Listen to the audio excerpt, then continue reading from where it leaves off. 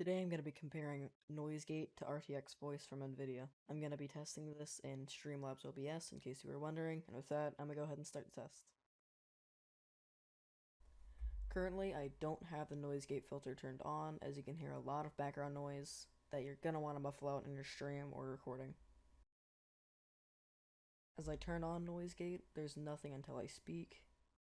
Also, your settings will most likely differ from mine. Every microphone has a different sensitivity. You'll just have to make tests to find your sweet spot. Right around now, I'm going to be pressing light taps on my microphone to see if it gets picked up.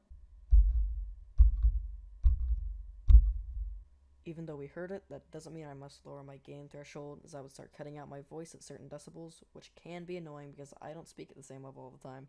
Although you could get around this by lowering the threshold, that would require you to maybe use a different filter, or it would require you to talk at a specific point always. Now we're going to be testing RTX Voice, but as the name implies, it does not require an RTX card, as I'm on a GTX 1660 Ti, running it just fine. The difference about these two is that RTX Voice uses AI to figure out what to cut out and what to keep in, as noise gate is fixed on a certain decibel. Once again, I'm going to be pressing light taps on my microphone to see if it gets picked up.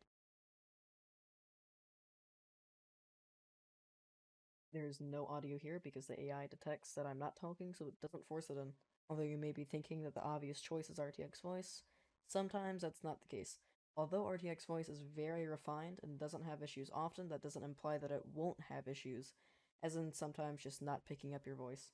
Another issue is how much processing power it takes. Since it runs whole algorithms to detect when you're talking, and does it fast enough to render it out in less than a second, it can take around 5 to 10% of your CPU normally, depending on your specs. When playing games, this number can fall quite a bit since the game you're playing is hogging your resources, but will still maybe leave around a 2 to 8 FPS done. If you really want to get better audio, you can go with RTX Voice at the cost of some frames, which may not be an issue for some people, but for the people who don't really have sensitive mics or just don't have the processing power to do RTX Voice, a good option is noise gate.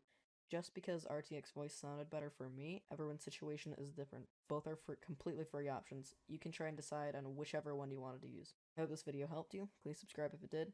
Bye.